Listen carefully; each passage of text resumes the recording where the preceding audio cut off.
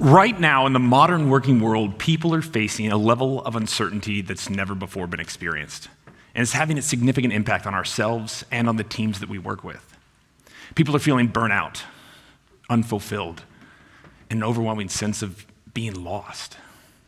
But it didn't start out that way, did it? And it doesn't have to be that way. I want you to think back to the first day of the job that you have right now. If you were anything like me, you showed up early, you had your cup of coffee, you're gonna take on the world, and then on day 500, you wanna switch the decaf and the regular coffee just to watch the chaos unfold. If you're laughing, you've thought about doing it. What happened? What happened between day 1 and day 500? Nobody shows up on the first day of work and goes, I can't wait to be mediocre. Of course not. In fact, I would argue that every single one of us started from a place where we were engaged, where we saw deeper purpose in our work, but it gets overshadowed by the day-to-day minutia, the small tasks, the functions, the responsibility of our work. We forget what doing a great job means to all those that depend on us. I want to help you remember. Today, I'm going to share with you 2 of the most important tools that you can use to rediscover, reclaim, and reconnect to deeper purpose in your work as an event planner. 20 years ago, I was offered a dream job, literally the coolest job in the world. Someone came to me and goes, Joshua, how would you like to live in the mountains of Colorado for the summer, go down extreme whitewater rapids, and play guitar around the campfire for our guests? Well, I say, that sounds awesome. It sounds too good to be true. And in the back of my mind, I figured I had like a 20% chance of waking up in a bathtub full of ice, missing a kidney. But at 20%, I'll take my odds. So I accepted the role as a whitewater rafting guide, still wondering, what's the catch? Oh, there was a catch. It turns out the catch was I would be living like it was the 1800s. You laugh, but to give you an understanding of how rustic this was, every morning I would have to go make coffee in a giant metal pot over open fire. Rustic.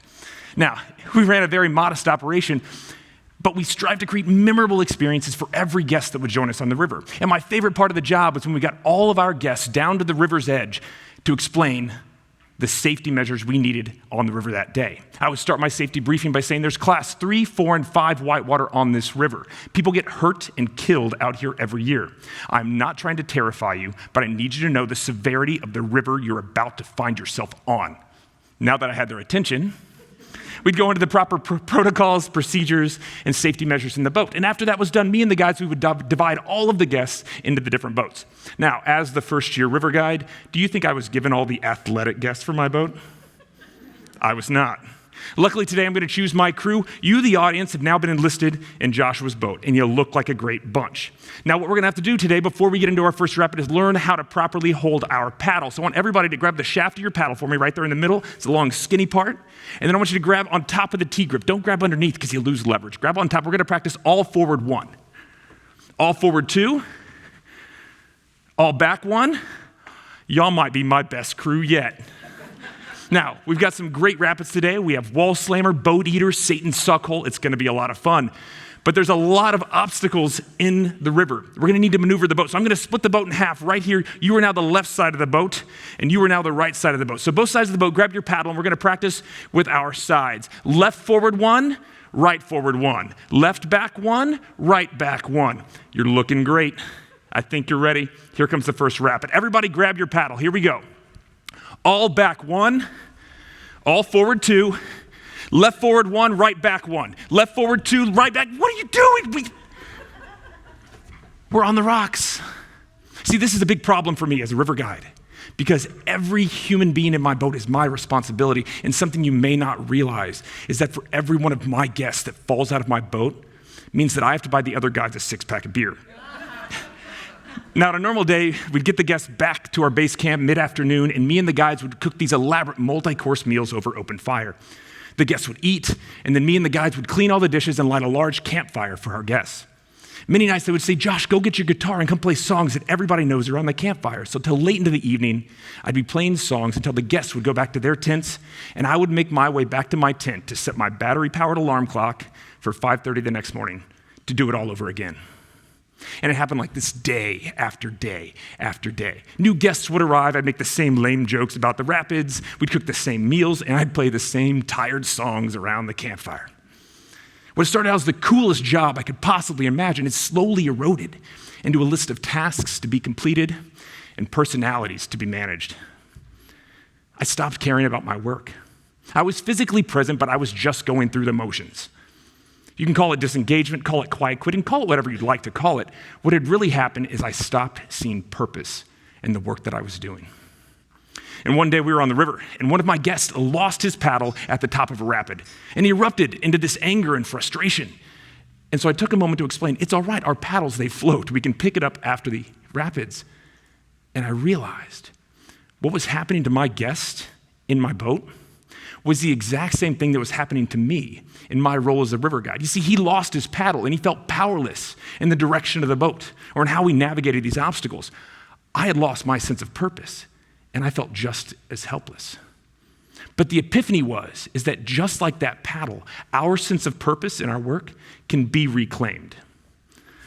So, the first tool that we can use to reclaim purpose in our work is to move towards meaning. So we're very good about talking about what our role is. It's our title. For you, your role is event planner. It's easy to define. It sits on your email signature, it's in your LinkedIn profile. But to be honest, that's not compelling to our innate desire as humans for some semblance of purpose. You're also very good about talking about what somebody in your role does. It's all the KPIs, the tasks, the functions that you have to do in your role. So it's managing the events, handling vendors, hiring crazy speakers. But once again, what somebody in our role does is not compelling. What we need to improve is our ability to remember what doing a great job means to those that depend on us. So you as event planners, the work you're doing matters so much, but it's easy to forget that when we're dealing with deadlines and scheduling. So I'm gonna try and help you grab your paddle for a minute. When you do a great job as an event planner, it means you're bringing together a group of people that share similar fears, hopes, desires. You're bringing these people together in a place where they can realize that they're not alone.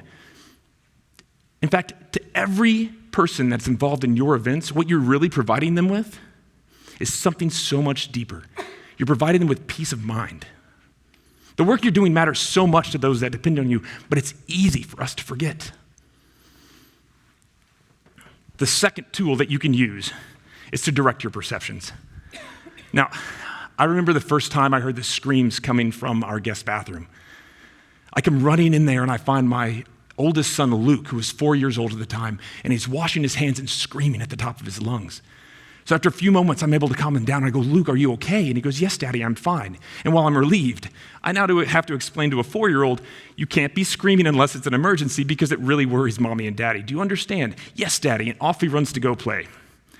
The next day, Luke came home from school again, and he goes to wash his hands, and the scream started. And once more, I'm forced to explain, you cannot be screaming, Luke, unless it's an emergency. And he assures me that he understands. Unfortunately, that wasn't the last time.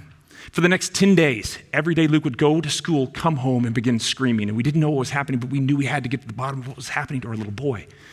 We ended up at a child psychologist, and after some sessions with him, they sat us down. And the psychologist goes, Mr. and Mrs. Evans, your son Luke is autistic. And that diagnosis was like a gut punch that took the wind out of me. All those things that you envision for your child, those milestones that you look forward to, playing catch in the front yard, teaching him to drive, helping him handle his first crush, all of those things just faded with this diagnosis. And the psychologist, she continued, she goes, Mr. and Mrs. Evans, it's gonna be very hard for you to understand Luke's perspective. You see, you're using your conventional view of the world, but he's using an unconventional perspective on reality. It's going to be a lot of work. And the next day, Luke went to school and he came home and he started screaming while washing his hands. And with a heavy heart from the diagnosis the previous day, I realized this is not a behavioral issue. This is a perception issue. There's some misalignment. I need to find out what's going on. So as I approached him, I got him calmed down. I decided instead of telling him what to do, instead of directing on what I wanted him to stop doing, I was gonna inquire. I wanna understand. And I go, Luke, why are you screaming? And he said, Daddy, I'm not screaming. Those are the germs screaming as they fall off my hands. I love that kid. He had inadvertently gamified a task that I wanted him to complete. Originally, I thought he was just screaming as a way to get attention. But I'd absolutely misperceived the situation. Every single one of us has walked into a situation and misperceived what's going on. We make judgment calls based on our knowledge, our expertise, our experiences. But these assumptions limit our options. Instead of being governed by your preconceptions, you need to choose to direct your perceptions. Purpose is not reserved for Patagonia employees and philanthropists. You deserve the deep feeling of fulfillment that comes along with having deep purpose in your work, because the work that you do means so much to those that depend on you. And you have the choice to make. You get to choose whether you're going to perish within your role or whether you're going to reclaim your purpose. Thank you very much.